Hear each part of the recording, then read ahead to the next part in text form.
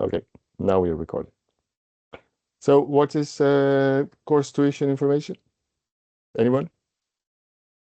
Was something Is like it ask the trainer or something like this?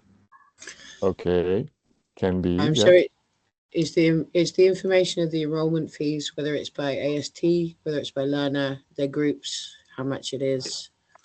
Yeah, well, that is actually down here, not. Now, this one here, that is a mandatory field. It kind of leads us to the idea. Thank you. That kind of leads to the idea of that you should post how much you're charging for the course. Because remember, whatever information you're putting in this page, it will show up publicly. Okay, so if I am a student and I go to the course calendar and I search in Ireland, for example, and I find this course there, it will show me the details of the course. And if I put in here 500 euros, of course not, it's ridiculous to copy 500 euros, so 50 euros, it will show there. Now, you don't have to. Okay, I don't even know why this functioning here, because normally ASTs, they don't post the prices of the course. You have to contact them. Okay, so they like to keep it secret. So you can put it in here, since it's a mandatory field, you can actually do a contact trainer. Okay, so just to put something, because you do need to put something there. Okay, now number of learners, I can put there 50, 100, or 10. So it's whatever. Now, bear in mind, this is important, that these sections of number of learners is not capping anything. So that doesn't, like, for example, if I put 10, I might have 20 people trying to enroll to my course. That can happen. The system is not stopping in 10. I wish, but it's not. And I'm saying I wish because when I create AST courses, they fill it up so quick. If I don't keep an eye, it goes from 20 to 50. So because the system is not stopping in 20. So anyway, it's very important for you to keep an eye on the enrollments. You don't have an obligation to accept everybody. So if you have planned a course for 10 people and you got 20, you just create another date or just create another course. Don't feel bad by saying no, okay? It's better you deliver a course with quality rather than struggle trying to accommodate 20 people in a course planned by 10, okay? And then be careful when you are putting this number here, okay? The only recommendation, personal recommendation, is students normally don't like to see classes too big. So for example, if we have two courses running pretty much at the same time, but for example, Inesa posted a course for 6 people and Nat posted a course for 20. I am a student. What do you think I would choose? Hello? 6. 6. Exactly. Exactly. And why? Because you will get more attention, you will have more time to talk with the Exactly. teacher.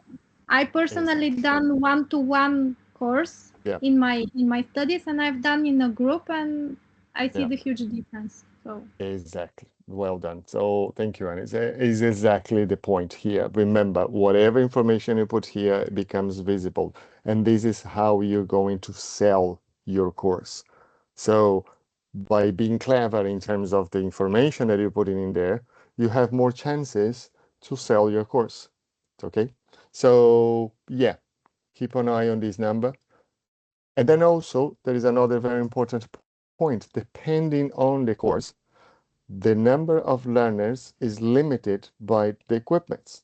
So for example, if we're talking about roaster course, if we're talking about a barista course, you cannot fit 20 people in a barista course when you have only one machine. Can you? You can't. Otherwise, they will be queuing. So no, that's not a quality course. And besides, it's not part of something that we recommend neither. Do you all know that we have equipment or venue requirements for courses, correct? You all saw that. Mm-hmm. That's a very basic list, by the way. It's the minimum requirement. It needs to be revisited by us, and it's something that we're going to do in the short future. But before I go with you, Omid, I don't know if you were aware, but we also have a much more complete venue standards that you can actually access and use yourselves in case you're setting up your own venues or lab or improving the one that you have. Do you know that? No? Okay. Is this document, and I just want to point it out to you, so maybe if anyone is interested, you can actually go and download it. Just want to move this here. This document, where are you? Oh, it's here. It's called, you can take a note, and it's called SCA Standard 510 2024. I was personally working on these standards with some of my colleagues, and you can see here. So this is it's kind of a compiled information about all the requirements for all the courses, for all levels, for all sizes. It's a very useful guideline, and I totally recommend you to have a look. We are not saying that you should follow these steps. This is just guidelines and recommendations, okay? For you to run a course, you can either pay attention to the minimum requirements, or you can go above and beyond and look at these one. Okay. So for example, here, just very brief, in here you can actually see when we talk about venue requirements, we talk about from tables to clip charts to flip charts to cupping spoons to everything, like comparing um, comparing sizes and quantity of your students. So you can go to specific models, for example, barista station equipments, and in here there is recommendations of all the equipments that you should have depending on the sizes. So it's a very, very useful document that you can find in our website on this session. Don't go to the education website, go to sca.coffee and you go to research and you go to standards and you will find this standard there called 510 2024 venue coffee training venues. Okay, Omid, do you still have a question? My question is about the venue, certification. Don't, no, don't.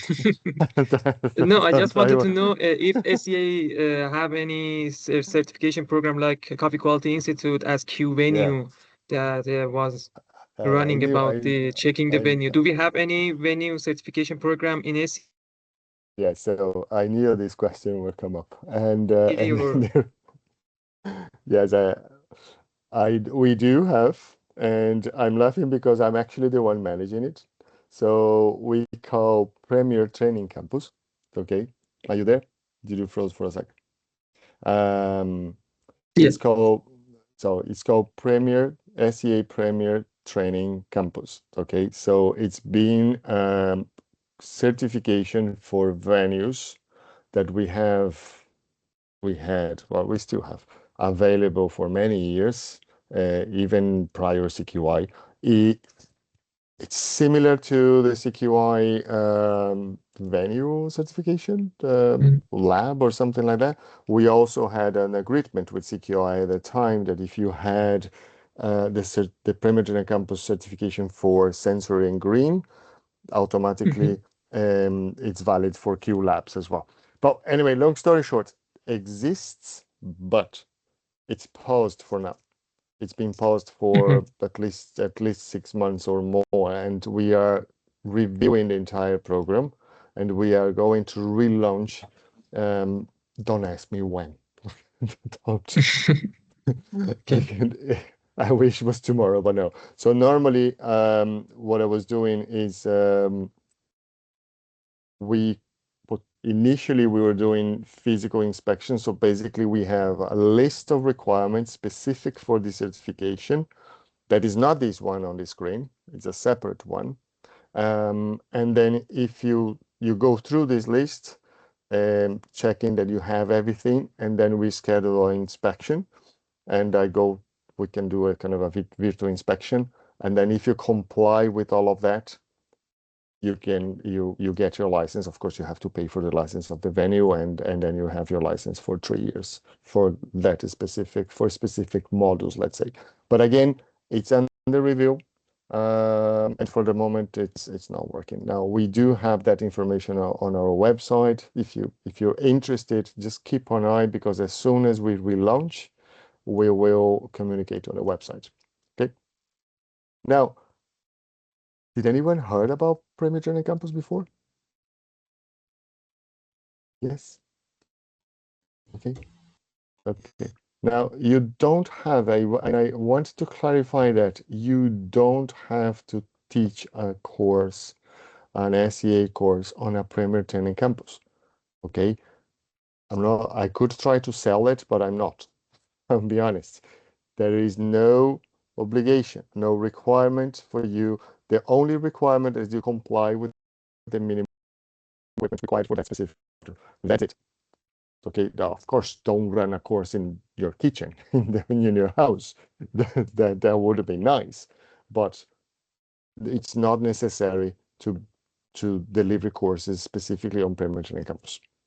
It would be great, because if you ask me what's the difference in between having or not this certification as a venue, it helps you to sell more courses.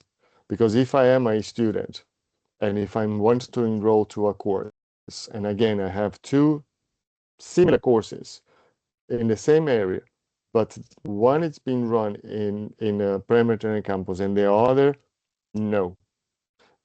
By choosing the one in the Premier Training Campus, there is a certainty that the venue have everything into a high level. Do you know what I mean? So they have all the equipments, all the measures, everything, because they had to go through this inspection and recertified. So somehow it helps to give that security to the students that the course will be run in a quality venue. Okay. Questions? Comments? No? Okay, so we chose 10 students on this course. Now it comes the area that says course enrollment fee. What is course enrollment fee? No idea. Yeah, it is if the fee is paid by the AST or the learner. Okay, The but course which fee? enrollment the enrollment fee. But what is that? That's for the SCA fee. I mean Yeah, I get that. But specifically, which fee is this one? For the Uh, certification, yeah. No. that's for the course enrollment. Well, but Yeah, but what is the course? What is the course enrollment? to apply for the both exams, the written exams and the practical exam. Okay. Everything that you're saying is right. I need one word.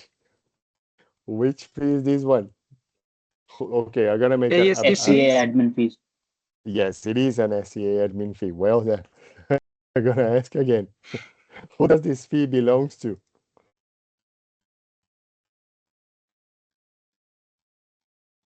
I Authorized don't get it. AC trainer, yeah. The AST. student. Yes, no.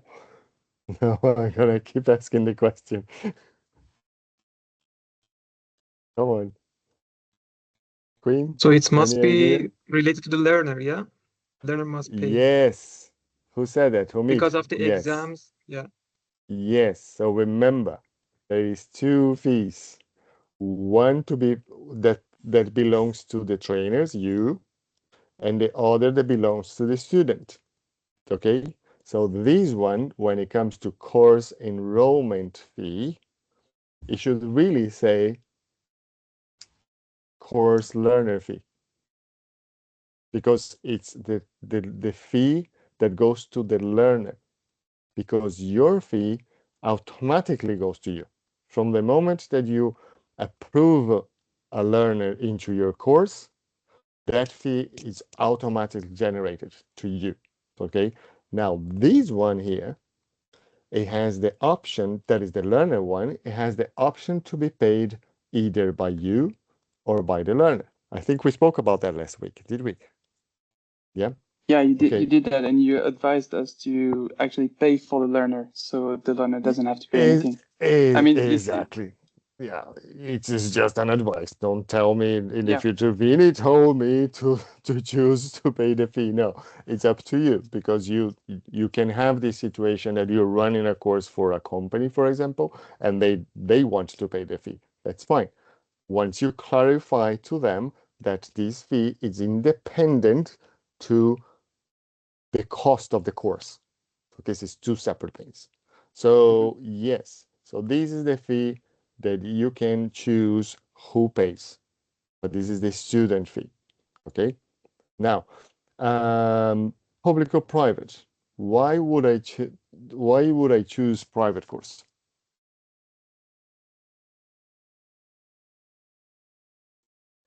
If you had already arranged for people to be on it rather than looking for people publicly. Yes, very good, exactly. For example, I'm running a course for a group of friends or for a company, or who knows, or it's you already arranged with the students, you know the students, so you don't have to you don't want anyone else to sign up to this course, so you would click private, so you won't be visible on the actual course calendar. The tricky part of choosing a private course is that when this group of students want to enroll to your course, they won't see the course. So the easiest way, it will be that you collect their SCA IDs. You know what is a SCA ID, correct? Yeah, okay. So they create their member account, and then they give you their SCA ID or even their email address, and then you go to my open course. So you create the course on the system, and you go to my open course, you open the course, and you start adding students one by one, manually. That's probably the easiest way. Otherwise, you could share the code of the course with them, but it's messy. So I would personally, if it's a private course, I will collect a list of students and I will add it myself. Okay. Now, course location, remember, this is the course, is the place where you're running the course. That is not your house. Okay, now this is my house, but this automatically will come out the address that you have on your profile. And maybe the address that you have on your profile is your address. And but this is where you're running the actual course. Okay, so you can change this information here. I'm gonna leave as it is. Language, you have to pick one. Today we're gonna pick Arabic. It's my new thing. Course administrator, you don't have to put anything in there. Teaching method. As you know, there is 3 types of teaching methods. Some of our courses can be taught entirely by distance learning, like for example, foundation courses. For now. Why for now? I didn't know foundation courses can be distance learning. Why the foundation courses can be entirely distance learning? Oh, it's too many questions Because today, there's isn't no it? practical exam. yeah, no practical exams. Exactly. Exactly. Well done. No practical exams. For now. So I what's actually that? have a question about that. Sure. I completely understand there's no practical exam, but there is a checklist, and in it discusses practical skills. Exactly. That's correct. Thank you so much. Let's talk about that quick. Yeah. Cool. Thank you. I actually have it here for you. Where are you? No, it's not this one. There we go. This one. So since foundation course, well, that came because of COVID, you know. We needed to find a way to help the ASTs to keep doing some courses. And this was the only way we found it. And somehow it helped, to be honest. Some ASTs went through the phase, that horrible phase, by doing courses online.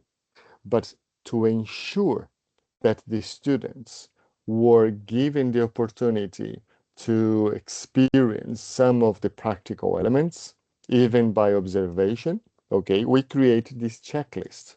So as you know, intermediate foundation is not a requirement for taking an intermediate course, but does it mean that the knowledge and the skills are not important? So we created what is called the course skills report. That is a checklist indeed.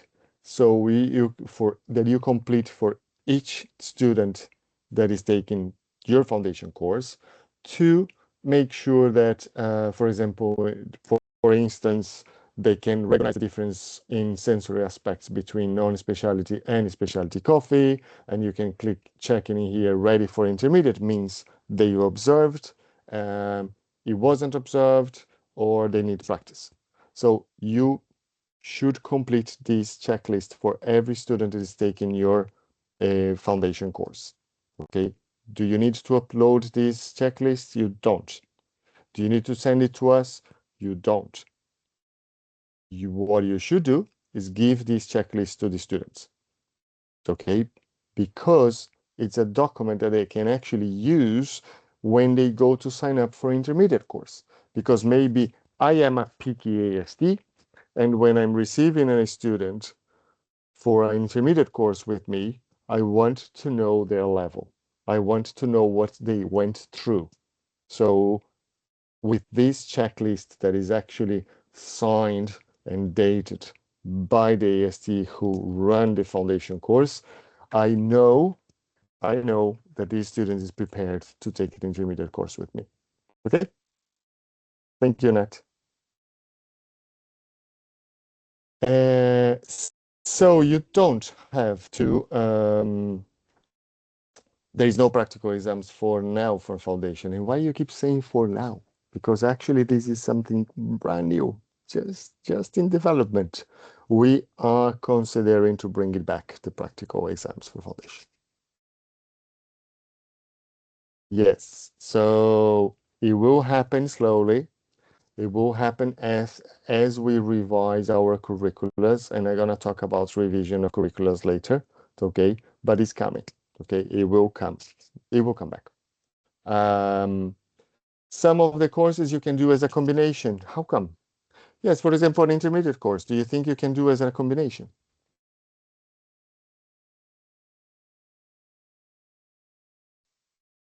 Jared? Yes, as long as you're not doing Yeah. pre-recorded sessions.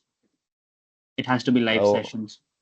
yeah, no, all courses has to be live sessions. All. This is doesn't matter. This is a must. It's live sessions. But how could you do an intermediate as a combination? Just the theory. Yeah. Yeah. I mean, it's usually a 2-day course, so one day you could just allocate to all the theory-based things, and then the next day get everyone in to do practical. Well done. Exactly. This is a very clever way to utilize the tools that we have. Okay, so I would definitely consider. Personally, I prefer an in-person course. Because totally, like I'm a believer of having you people close. You know that you can hug them. So, but for in cases that you have students from the other side of the world coming over to you to minimize costs, it helps. So you could definitely do an online session with the theory in preparation, and then they come over and you work exclusively on the practical elements, take the practical exam and send them home. Okay, so it's an option. It is an option. Okay. And then there is other courses that is definitely a no-no. It has to be totally in person. For example, Q-grader course. I'm just using it as an example. But yes, some of our courses, they must be totally. So you choose one here. I'm gonna choose a distance learning in this case. Now, written exam by default online. Okay, so in the past we used to have paper exams. And this comes in the conversation when I talk about the development of our curriculums and everything. But right now, today, all for all modules, for all courses, it's everything online. But then it happens that you're running a course in a place where there is a language barrier. They don't speak English and they don't speak any other language that is available that the online exam is translated to. It will be hard to find this place though, because I've actually just finished uploading the last translations, new translations for all our courses, all our modules in 4 more languages. And today we have about 20 languages available for the online exam. Okay, so yeah, because that's another thing that I work myself as well, translations. I'll talk about that in a second. But for example, you go to Brazil and you're running a course in the middle of the Amazonas and they just speak Guarani. Well, and then you have a problem. What can you do? You can choose the option of paper exam, okay, and you put here language barrier. And one of my colleagues, Fiona Haley, is going to contact you and say, hey, João, why you chose paper exam if the exam is translated in Portuguese? And then you have to go back to her and say, because I'm in Amazonas and they just speak Guarani. Do they speak Guarani in Amazonas? Yeah, they do, I think. So anyway, that can happen. So every time that you choose paper exam, you will be contacted for an explanation, okay, to understand why. In that case, we are going to send to João a version of the online exam as a paper version, as a paper exam. Basically, I've pulled out from the online exam one version. It's like the student is taking the online exam. It's exactly the same exam, but it's in this case it's a paper. So you receive the key version, like the trainer version with the answers, and then the student version. Okay. I won't choose that option. And then we can go next. In this area here, as you were practicing yourselves, the only thing that I want to say, it's very important that you utilize this area very well. Okay, because it's where you can sell your course. You can talk about yourselves, about your business. You can put some links to your social media, LinkedIn or whatever. Let people know who you are in here. Okay, so that helps you to sell your courses, the company that you work for, and then you can also share information about the actual course. So be careful. There is some information that you can share, and most of information you can't. As an AST, we are going to give you a lot of information. Most of them you can share with anyone else, okay? But some information you are allowed to. For example, in here, when it comes to course description, you can always say what it's about, or you can even say what covers. Because as a student say, okay, I heard about this course, but what is actually covering? Is it worth it to take it? So you can put this information here. And on that note, there is one document that is available to you all with the course information and the curricula and everything that you can use the document to share, not the actual document, but the information to share with your students. Does anyone knows which document is that one? Is it the guidebook, the AST guidebook? No, that one you can. That one is prohibited. That one is sacred. That is only And for I'm you. glad I asked. No, The that is public the most. publishment like CVA new No, system and Is no. it the course catalog? well done, Inessa. Yes, you're a very curious person. I can see that. And I'm saying you're a curious person because you all had access to it.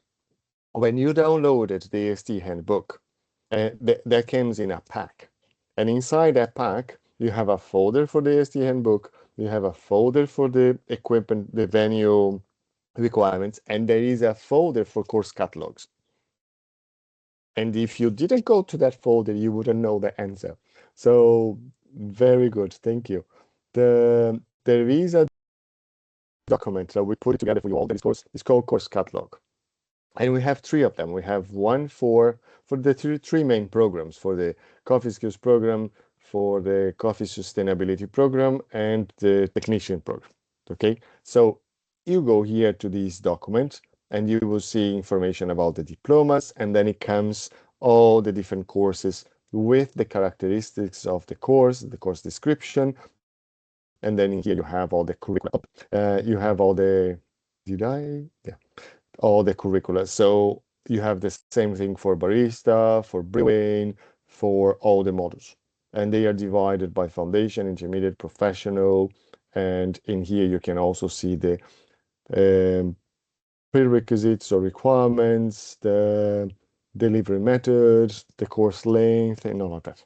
Okay? So this is a document that can be shared with the, well, you can share the document, but ideally you share the information that is in here.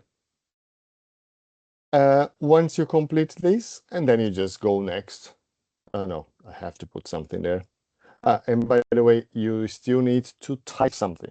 I don't know if you notice, if you put an image only, it won't allow you to post the course. You still need to type some information, okay? Then you go next and comes to the course sessions. Okay, so we are creating a introduction to coffee course. And it says here, this course requires 4 hours.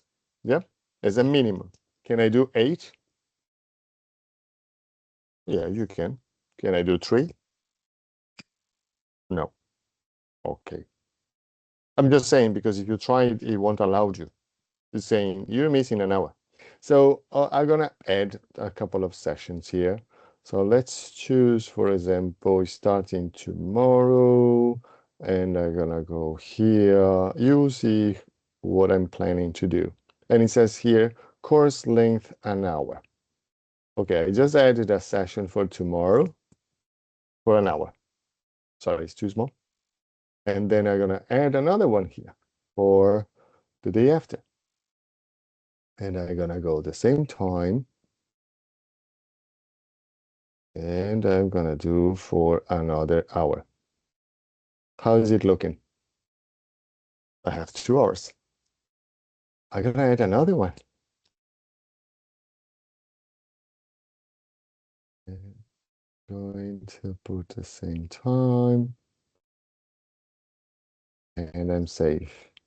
Well, apparently I've entered 3 hours and I'm missing one. Okay, let's add another one. 17th and then 18th. They're gonna do the same time. Doesn't really matter. Safe. Okay. I have my 4 hours. On time. My question for you all, is it okay to do something like this? Yeah.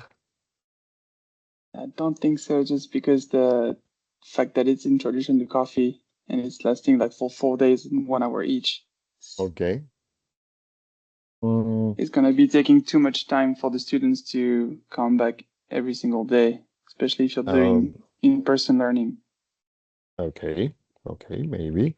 Thank you. Anyone else have a strong opinion about it? I mean, I wouldn't recommend it.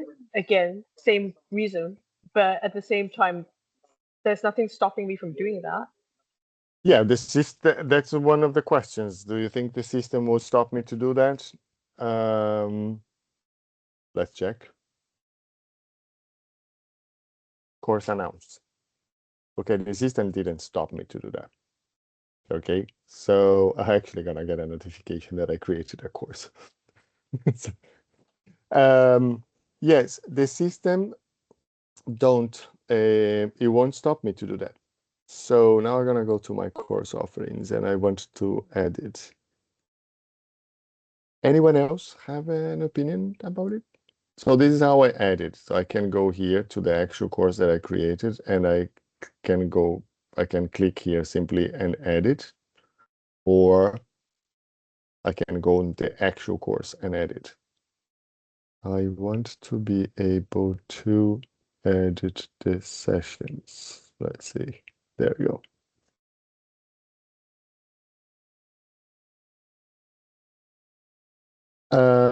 So the question here is,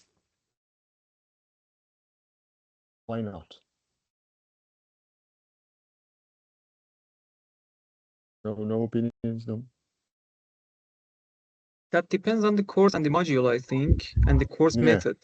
For the online courses, I think it's okay to have limited amount of hours per day, or I don't know. Okay. But for the Yeah. in-person courses, I think it's the part courses are not recommended because of the, I don't know, the quality of the course and. Okay, It so also, yeah, go ahead. I was going to say, it No. also depends in what situation you're training, whether perchance you're combining it with another skill, whether you're Yeah. training a barista team in a cafe. Mm-hmm. Yeah, I think that I don't think there are many situations in which it would be the most appropriate way to train people, but there may be situations where it's necessary, if that makes sense. Exactly, and you're all right on in general. Okay, so my question is in fact if it's okay or not, if I'm allowed to do it or not. Yes, it's okay. Yes, I am allowed, or you are. Okay. Well, I was just using this as an example because it can be a very useful example for you in the future. There might come situations, as Nat was saying, and some of you as well. I'm working with a specific company, and I'm due to train all their staff. They not normally they won't.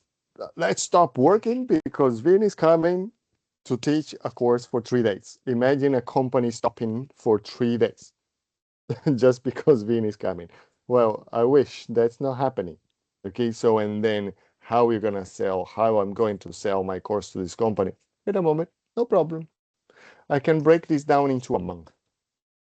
So I'm gonna do an hour or 2 hours per week session with your people, and we stand as long as it's necessary to accomplish the 8 hours or the 16 hours or whatever.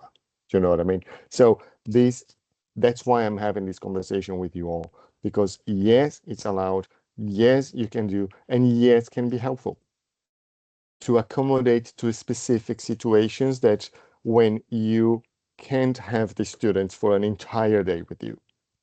I've heard yesterday one of my courses in my course yesterday, someone from Yemen was saying that in there it's very common situations like this. The people are not allowed to stop working just because they have to go to a course or something like that. And normally any course you have to take like by chunks, by pieces, because otherwise there's no time, or even after work. So that's why I'm spending some time in this specific subject for you to have in mind in the future that you can actually do it, and that might helps you to accommodate to specific needs. Okay. Cool. All right. Any other questions, comments? No, before I keep going. Before Juan fell asleep. No, Jarek. Despierta, hombre. Estás cansado, Okay. ¿eh? Tienes cara de cansado. Jared. Okay, like in a situation where like this is about an exam, yeah. About For the which you exam. have, yeah, maybe you have a learner, then okay, maybe the system, okay, you have already started the exams. It's online. Then the system shut, and it's always about around 32 minutes. Depends So of like the exam. yeah, it depends the exam. So in that situation, like how do you go about it? Well, that's a good question. It's nothing to do with this conversation here, but thank you. So I'm gonna use the opportunity to ask you all. We're actually going to talk about that next class. When is the next class, by the way? Friday. It's Friday. On Friday. On Friday, yeah. Just checking. Thank you. Yeah. Okay. So how many attempts does a student have to take the online exam? 2. 2. Great. How many days they have to take the online exam? 21. 21. Very good. So on our example, that is a very common situation, okay, that Jared mentioned, that a student started the exam as soon as you click the button, and that's the problem with the online platform. I work directly with this online platform for the online exam. It's called Question Mark, and it's very picky and very sensitive. As soon as the student clicks start the exam, it's one attempt is gone. If they finish or not, if they pass or fail, doesn't matter. They click the button, one attempt is gone, one attempt left. So in the situation that Jared is mentioning, these students started the exam and then there was a power cut and they didn't finish the exam. So what happened with that attempt? It's gone. They lost it. They still have one attempt. Okay, they can go back and they can try the second attempt and they fail. What's going to happen in this situation? What is going to happen is that the student should contact you and let you know what happened. And you contact us to let us know what happened. And then probably Haley is going to reset this exam to the student. Okay? It's possible. So under specific circumstances, we can reset the student, the exam to the student. There's no issue. But Okay. but this condition, there is no communication between the student and us. Okay, they must go through you. We respect very much the relationship that we have with you and the relationship that you have with your students. We don't get involved until it's necessary. Okay, so you manage your students and they contact you whenever is needed, and whatever you need, you come back to us. Okay. Because if the student sends an email saying, oh, I was taking this exam and this happened, we are going to say, contact your trainer, please. Okay, so just to respect the relationships. Anis?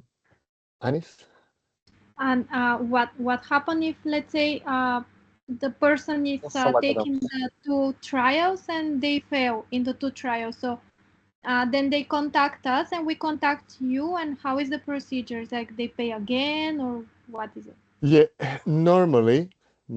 So now this case is a normal failing, yes? So means they tried once and they didn't reach the passing score and then they tried again and they fail again.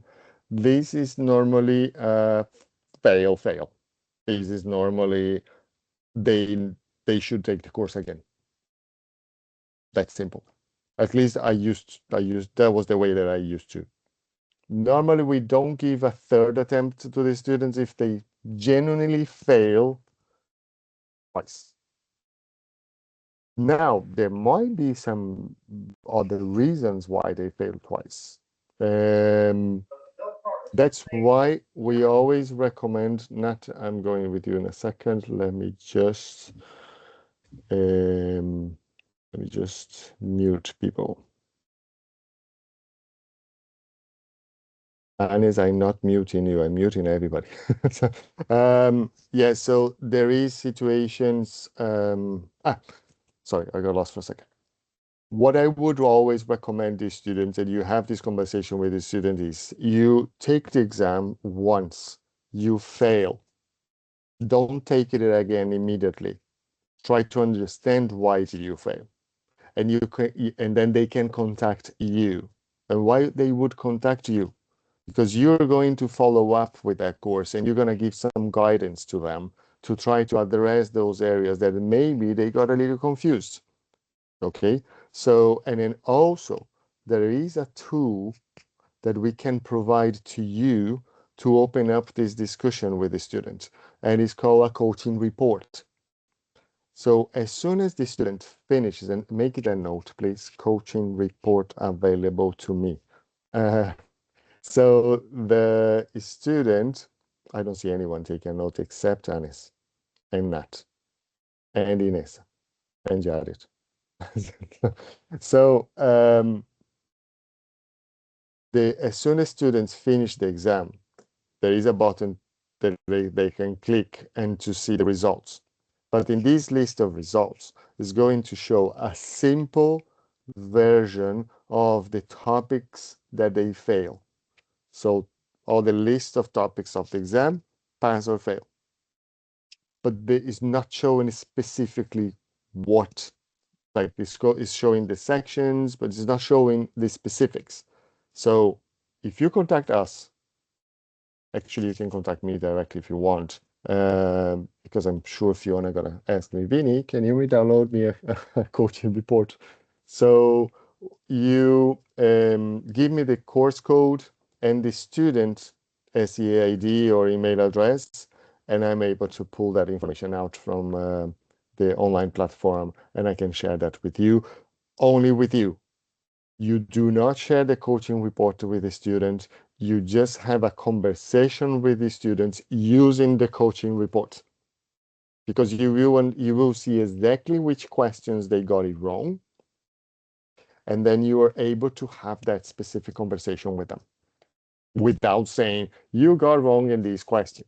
You can say you got wrong in this section or topic or subject. Okay,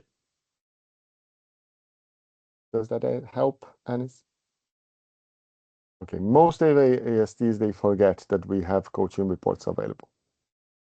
And this is very useful because of something that I'm going to comment in a moment. Okay, Nat? Thank you. No problem. You're muted. Yeah, I am. Excellent. Thank you. You answered actually most of my questions with the comment about the coaching report. Okay. I was just wondering if you need to, if say a student has taken their first attempt very close to the end of their 21-day allotment, if they then want to arrange a time with the AST and that falls outside of their 21-day, can they get an extension? Well, the exam expires. Okay. And then they have to contact, you have to contact us, and with a very good explanation why they took 20 days to take the exam. Fair enough. You know what I mean? And if it's a good explanation, we can reset the exam. Brilliant. No, thank you. What I'm trying to say here, we are here to help you, to help your students, not to judge anyone or not to be picking either, but of course under a reasonable, explanations and situations. So yeah, okay. Okay, dokie. If I may continue, because actually we're going to be talking about some interesting things here. I mentioned already, I was talking about translations, correct? So, yeah, I'm very pleased to say that most no, all our course materials for CSP, for Coffee Skills Program, not for CTEC, not for the coffee sustainability, not for, Q, yes. But most of our course materials for most of the programs, it's translated today into 20 languages. That includes the recent Indonesian, Malay, Hindi, and Thai. Yay, that's very cool. Now, I've been managing translations since a while, a few years, and I've been seeing the evolution of our translations. And I want to be very clear that they are not necessarily perfect, okay? They are much, much better. We've been using, and some people come and say, oh yeah, they're all Google translations. Well, I wish they were Google translations because we don't have to expend the huge amount of money that we have been expending to translate all the documents, okay? No, they're not Google translations, and they are not ChatGPT neither. We use a very reliable translation company that has today, because we've been working together for many years, a huge bank of coffee terminology, because this is very tricky.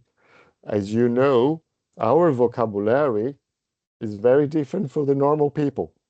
Not that we are not normal, but we are coffee people. We speak weird. So when it comes to translations, there is terminologies very specific to coffee. And it's very hard to use Google Translation for that. I'm saying it. So anyway, translation's been evolving, and they are in a much better place today. Not saying that there is always room for improvement. Because, for example, sometimes, as you know, some words mean something in one, like for example, for instance, Spanish. Some of us here speak Spanish, correct? And but my Spanish is from Chile, and someone else's Spanish might be from Spain, and the other Spanish from Mexico.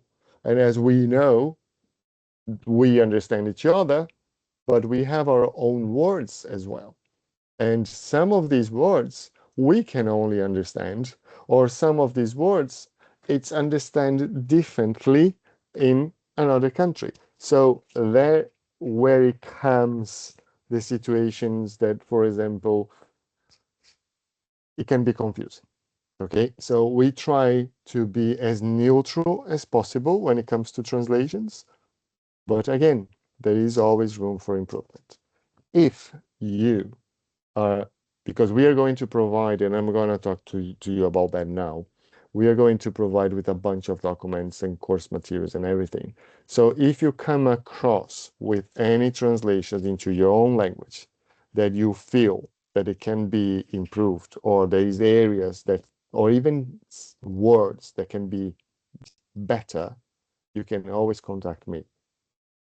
And I'm saying me directly. Don't send an email to education@sca.coffee because you're going to end up in a huge inbox this size that eventually they will eventually end up in my desk anyway. So you can contact me directly and say, Vinny, I've been working with this model or this guidebook, and I found these specifics that it could be better in this language. How can we improve that, or how can we work together? And then we're going to work together to make it happen, and then I will publish that. Okay, and then also that counts as CPD credits. What is CPD credits again? Don't know. Haven't heard. Coffee professional development. Exactly. So if you're supporting me with translations, you can get some points as well for CPD. Okay. Yes, that's when it comes to translations. Now, course materials. So these are the core course materials, okay, that you're gonna have available. I'm saying core because is the main course materials that you need to be able to create a course. So basically, we are giving to you, here you go. This is the course. Now you go and you create it, pretty much. Yeah. Now, when it comes to course materials, we have the guidebooks. and then we have the practical exams. Sometimes we have the skills report, and then sometimes we have, I'm actually gonna open, well, first of all, let's close this one that we don't need anymore. I'm gonna open something else here. Just bear with me for a second. No, there. Notes, photo box. Okay, so in here I have some of the modules, and I'm gonna choose, let's choose one different one. Okay, let's go with brewing. Okay, brewing. As you can see, so when you go to the SEA portal, and then you go to resources, trainer resources, and you will find 3 tiles. And one of them says course materials. You go inside and you will see eventually all the modules that you are authorized to teach. And in this case here, I click brewing. When you click in brewing, you should be able to see this, what it says, brewing pack 25 of May of 26. .zip. Okay, it's a zip file. And then you click that one and you download it and extracts. When you extract that, this is what you find inside. Okay, so you find in here, is it big enough for you to see? Yeah. You will find in here all the languages. And then also you have a folder called additional materials. Yeah. In additional materials, basically it's a bunch of useful documents that you might need when you run the course. Like for example, the flavor wheel, or for example, the brewing chart or the water chart for brewing in this case, okay? So don't forget the existence of additional documents, because some ASTs, they message me saying, where I can find this? Well, that is in a folder called additional materials. And then you choose your language. I'm gonna choose, sorry, before we go there, there's 2 other things here. No, that's the equipment list. So basically the equipment, the minimum requirement equipment for running brewing courses. And then you have this one that is called brewing log. Do you notice that in here it says 25 of May, 26? Why? Last update. The last update, well done. Yes, I love this class. We always have an answer. Yes, I'm gonna talk about updates in a moment, okay? I will choose English, and inside English we find foundation, and in foundation you have guidebook, learner worksheets, skills report. Then intermediate, same thing. In this case, you're going to find guidebook and exams. And then in professional, the same thing. You will find guidebook. You always find guidebook and then exams. Okay. So this folder contains everything that you need to run a brewing course. Is either foundation, intermediate, or professional. Yep. That when it comes to course materials. Let's talk a little about the actual course materials. Want a different one. Where is green? Oh, green is here. Okay, I'm gonna use green coffee. It's just an example to have a little conversation about this very important document called the guidebook, because they basically is the Bible of this course. Okay, so it's everything that we need you to know to deliver this specific course. Basically, the guidebook is telling you, you must, I'm gonna go to this list, you must deliver this information. This is all the sections, it's all the topics that you must deliver in this course. Can you go above and beyond? More than welcome. Can you do less? No. Because by doing less, you're not only affecting the quality of the course, you also affect your students that they might fail the practical or the written exam. Okay, So be very careful with that. Now we're not going to be there watching you all the time when you're doing it. But again, people talk, people compare. So it's very important that you stick with the plan. Okay. Just to go a little in case, so just because we have actually some time, it's just in case for you to have a little background information in terms of where this came from. Who had the idea to create this or to put all this information in here? Why this information? So very quick. Before, many years ago actually, when we did a big update from that came after the merge in between SEAA, SEAE. We needed to put the two programs together. It's a long story. We went and we reviewed the entire content of all our courses. At that time, we used to work with a group of coffee experts that we call subject matter experts. They were experts on these specific areas. There was a person expert in green coffee. There is another one expert in roasting. Okay, so we put this group of people together. They were coming from all over the world, and they were we were working side by side to create this. Okay, so I was actually working directly with them at that time. It was a nightmare. It was, I have to say, it was good because it's great people, the great knowledge, but at the same time they were volunteers.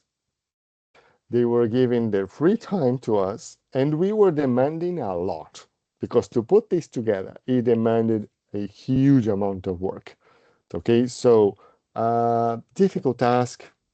Not only that, while we were reviewing, we were creating the online exams that didn't exist. So another long story. And we got it done. Okay, they were great. That's why we have here the acknowledgement for these people that they participated in here. The acknowledgement to these people who participated to support. They were called the content creators. But with over the years, we realized that this model it doesn't work. No, it wouldn't last forever. Okay, so what we've done, we've actually hired a content director. She's brilliant in what she does, and she have educational design background and not necessarily a coffee expert for each one of the subjects, because that would be a hard thing to find, but with a very good knowledge in terms of writing curriculums and all of this stuff. So she's been working together so creating putting the materials together and then using these experts as consultants to review and to polish and to finalize what we have. So, and this model has been working very well. So this is how this was created. And since we are talking about that, one thing that I always like to say is that bear in mind that all our course materials, they are a sort of a live document. How come? Yes, they are not written in stone. The industry is not staggered. It's not stated. The industry keeps moving, correct? So if something happens, we have to adapt ourselves. So that means if you get a course material with the specific information, I'll give you an example. A couple of years ago, not long ago, we used to use the word cup inform. Am I right? Yeah. And then suddenly, SEA, us, decided to create a new coffee value assessment system. What happened to the cup inform? It's gone. We need to promote and we need to communicate and encourage the community that there is a new system to evaluate the coffee. But all our curriculums and most of our courses, they had this word cupping form, or they used the cupping form. So what happened then?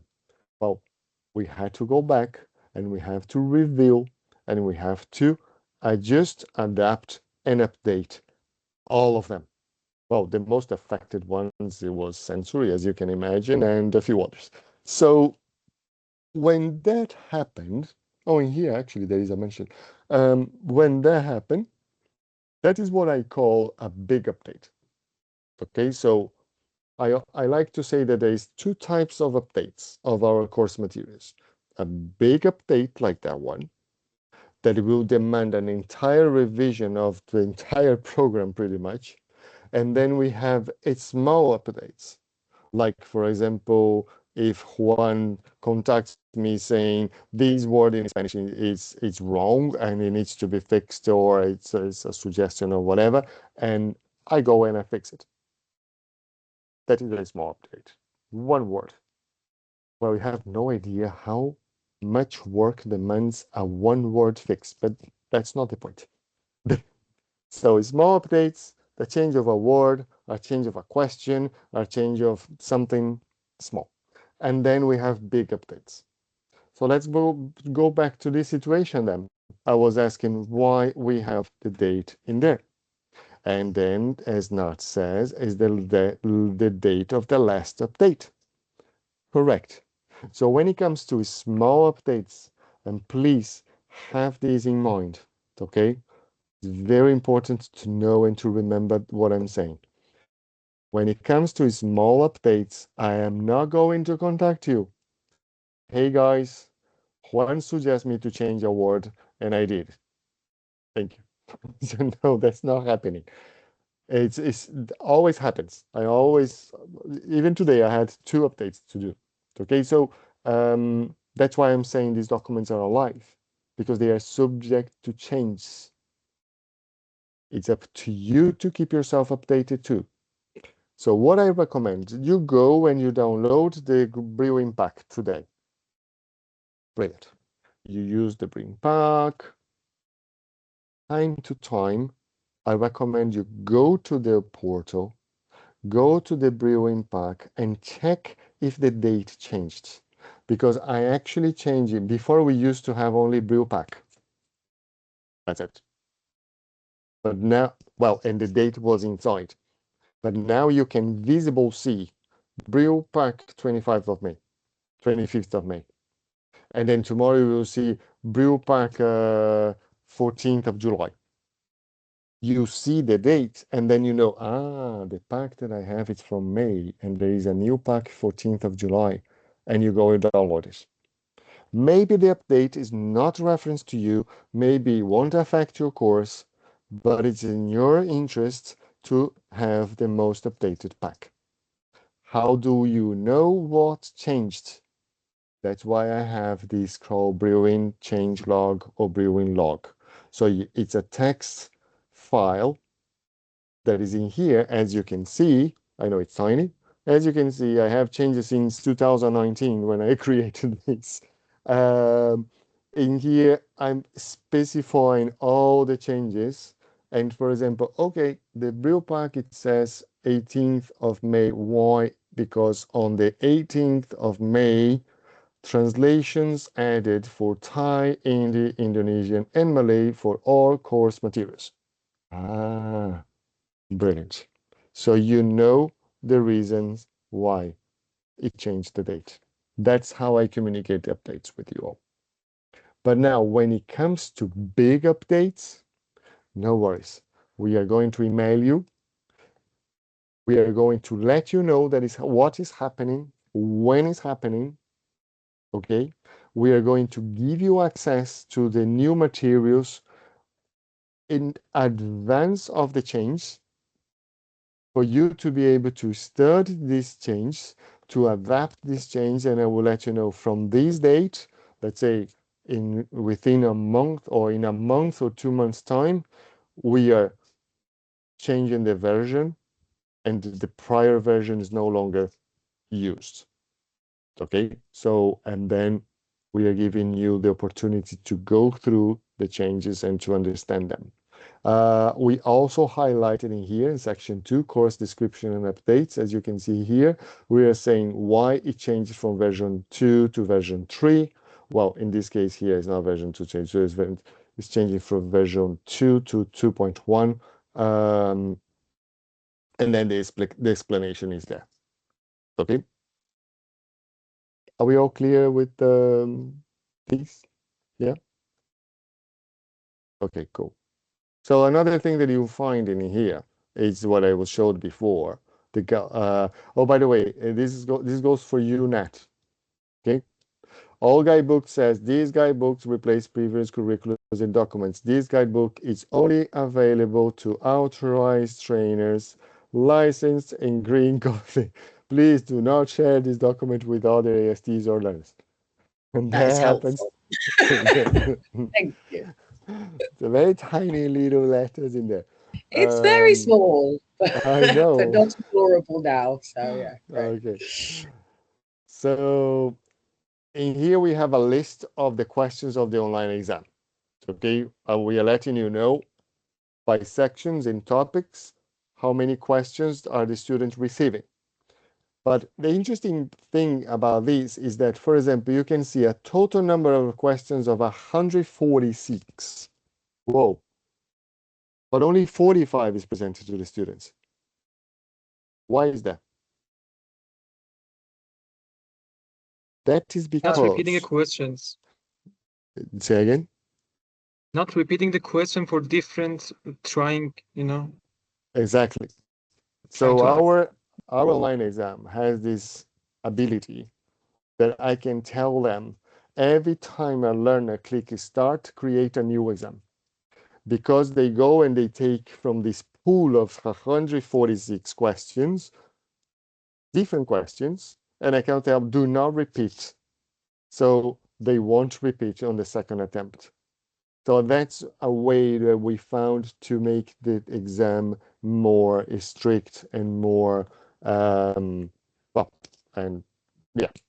better. Okay, so in order for us to do that, we had to create 146 questions with that bunch of people that I was telling you. Yeah, it was awesome.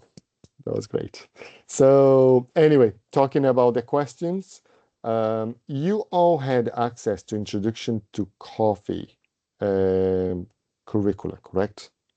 Some of you had access to other curriculums too. Maybe you had a look, maybe you didn't, but there is one very particular situation in between this curricula that actually looks slightly different, but has kind of the same.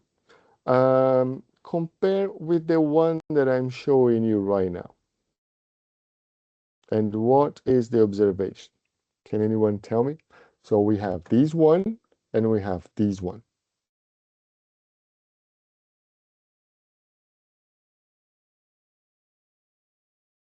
The second one is for making the presents and the PowerPoint, I think, yeah? And making content for the course? No, they're the same. So what is different courses? So we have Introduction to Coffee and we have Green Coffee. So what happened is the Introduction to Coffee, this is a brand new guidebook. Well, so brand new means compared with Green Coffee. No, see, it's been updated recently, okay? See, and we are changing the way that we create guidebooks. So the guidebook is the same. It says guidebook, version 3 in this case. You still have the information about the table of contents, general information, updates, written exam topics, and blah, blah, blah, all the same. But when it comes to the content itself, it changed. The learner objectives and the AST notes, see, these are the learner objectives, and these are what is called AST notes. It's much better explained. So we've expanded, if you compare that to this. Learning objectives, AST notes. You see the difference? Yeah, so we're actually paying much more attention on holding your hand and letting you know these are the learning objectives expectations, and this is how you achieve it. Okay, we are guiding you through this process. There is some references in there, and there is something else here. We talk about key activities. There is some activity guides as well, depending on the modules. But in here it says simple question. Instead of in here, you can actually see all the questions. You see here that says exam questions, online written exam questions. Because, oh, again, why I'm doing this? So because this curricula was created a while ago, and it needed revision, at that time, we felt that was important for the trainers to have access to the online exam questions. So all that 145 questions, they are actually here, divided by sections, okay? What I want to say before I let you go, because we have 5 minutes left, okay, is that then we are, as I mentioned, we are moving the direction, the way we do things, and not keeping the exam questions on the guidebook is a priority. Okay, so that won't happen in the future, and it's better you start to get used to this idea. Okay, now there's many reasons why we don't want the questions in there. The integrity of the online exam is one of them. The accessibility for us in order for review the questions, fix the questions, delete the questions, whatever. To manage the questions, it's much easier. Because imagine if I have to change this number, just this number, in one question, just one simple number. It's not 124. It should be 130. I personally, and it's not someone else's, I have to go there and change this number in 20 different documents because we have 20 different translations. You see where I'm going. And then I have to go into the online platform and go into the 20 translations and update all the 20 questions and keep going because the documents are created in a Word document. And then after I had to convert into a PDF, and then I have to put the cover sheet and I can keep going with the story. So this one number, it can demand me easy half-day work. Okay, so again, there's plenty reasons why. But my personal opinion in terms of not keeping the questions available for you there is because one trend that I've noticed over the years is that some of ASDs or a lot of ASDs, they are too focused on preparing their courses for the students to be able to answer these questions. So basically they are starting. So you have an interesting assignment today, and I'm not gonna spoil the surprise. But when it comes for you to prepare the course, the order that you should use this guidebook, it's from topics to reference. Okay, so not from reference to topic. So basically, my topic is botanical origin. The objectives is that I explain the coffee Canephora is a parent of coffee Arabica. And then you have the ASD notes that allows you to have some knowledge on how to do that. And that's done. You did that part. So no matter what you're saying to the students, if you tick in that box of that learning objective, the student will be able to answer one of these questions. But what happened from the other side that we've seen, that some ASDs, they're actually preparing their slides or their courses based on the actual questions, just to ensure that my students will pass the exam. And believe it is a very common thing. So again, we are not hiding the questions from you. We're actually just changing the mentality and changing the way we do things. So that's why we're spending much more time explaining the learning objectives, giving you some activity guides, much more information. And then, of course, we can, so this is the kind of questions that will be presented to the students. Okay? You have no idea how much complaint we got from AST saying, oh, I can't see the questions anymore. Well, get used to it. Okay? So, and to finish the conversation about the course materials, practical exams, normally we have two, and I go with you, Omid, in a second. Normally we have two. We have two versions. The trainer's version is this one here. Normally doesn't have this cover sheet. And also you will see that there is some marks in there with some answers or suggestions on how to prepare the solutions, for example. We always include some AST notes. So this is us telling you how to prepare this practical exam. And then you have the learner's version for them to complete with their personal information here. And then and then the exam is blank. Basically, it's just for them to use during and then you have to mark afterwards. Once the course finishes, you mark all the practical exams. You go back to the open course and you go into one by one of your students and you mark pass or fail to the practical exam. Yeah, we're going to talk about that procedure again and again. Once you've marked practical exam pass or fail, is when I recommend you to click send written exam. Okay? And then you send the written exam and your job is done. Finito. Because it's not your problem anymore. It's their problem. They have 21 days to take the exam, and if they pass, they automatically receive the certificate. Okay? And don't forget, don't forget, no, you might not know, but I would make a note on that. Foundation courses don't have practical tests, but you still need to mark manually pass or fail on the practical tests. That doesn't exist. Sorry. The system is created like that, so the system doesn't know. So you still need to go and mark pass or fail the practical tests. And believe me, some ASTs forget about it because, of course, there is no practical tests, but you still need to. Of course, you're going to be a pass for everybody, but you still have to do that manually. Okay? If you don't, the student won't receive their certificate when they pass the written exam. And that is what I wanted to talk about course materials. I'm happy to stop the bus here and see if we have some questions or comments. Omid, you have a question or comment?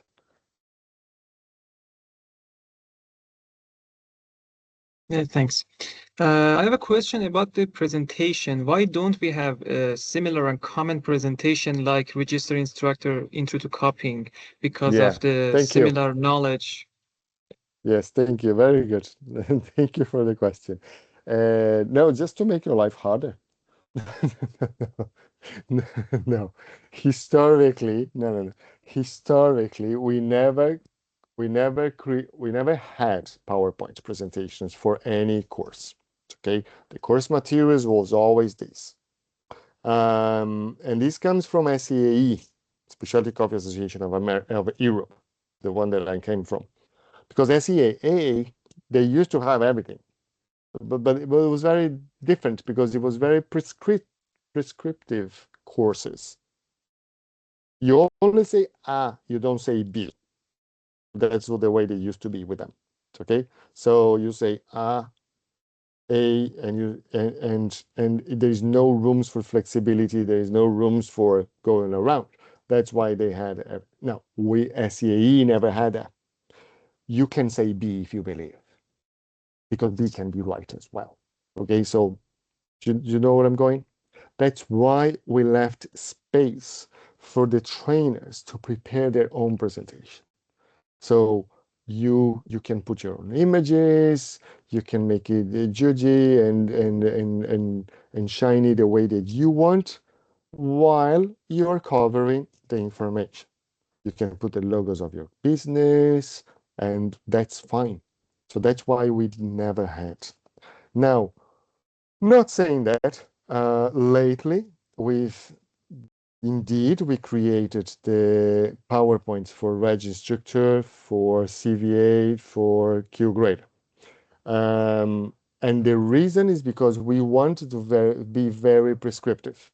We needed you to say that A, not B. So again, we also noticed that the trainers are very much appreciated. So another thing that we just discussed this a couple of weeks ago, on the next revisions, because by the way, it's happening. We are right now reviewing sensory model entirely again, and then barista is the next one. So barista is already in line. We already did a huge job task analysis. We are doing surveys in cafes and baristas and everywhere to understand what the barista course needs to be. And then as we move forward, the PowerPoints are coming as well. Okay, so I think it will, because but for the moment it's not. So you have to create your own for them. Okay. So now we are 5 minutes more. I have no problem to stay here for the rest of the evening, but I believe we all have things to do. No. Thank you so much for your time today. If you have any additional questions, you can always contact me on WhatsApp. Please do not ask me again, why did I return your assignments? It will be an automatically fail on this course. Okay. I'm just saying it. I'm just saying. But yes, let me know if you have any questions. I'm here to help, and I see you all on Friday. Please, I've noticed some of you are running behind with assignments. Go and look in your assignments. Complete them by Friday, okay? Because otherwise you won't receive the license agreement. You won't be passing this course. Omid? Pardon me for asking a lot of questions. No, that's okay. I just saw your great sheet while you were opening the sheet. My orientation session was discomplete, I think. Why you discomplete? I Discomplete. turn in every assignment. Yeah, I turn in every assignment. I don't know why you put that red check mark on my assignments. Guys, I just hope Omid is not asking that question. He's not asking that question, is he? I'm sorry, but I just wanted to know that if we did wrong, you will notice us, yeah, by the email, or we should check by ourselves. Okay, no, just a second. You are saying I'm not gonna show on the screen because I don't want to point anyone. It was just a second that I saw the. Are you talking about your the test, or are you talking about all of them?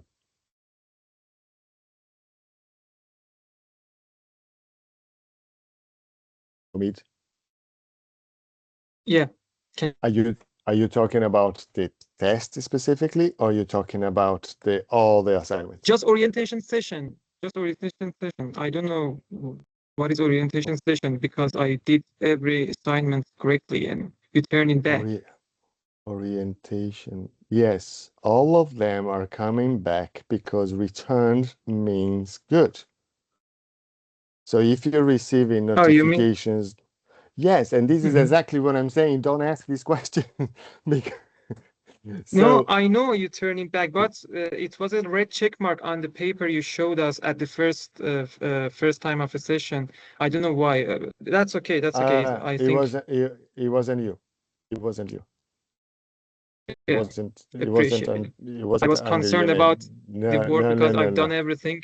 No, Okay. it's okay. It's all good. And again, I could put that on the screen, but I'm not, because you will see the list of everybody and you list who, and those everybody who hasn't done the assignments. I don't want to point them with a finger. No, you're okay. You're okay, Omid. All good. No worries. Thank you. Nothing to worry.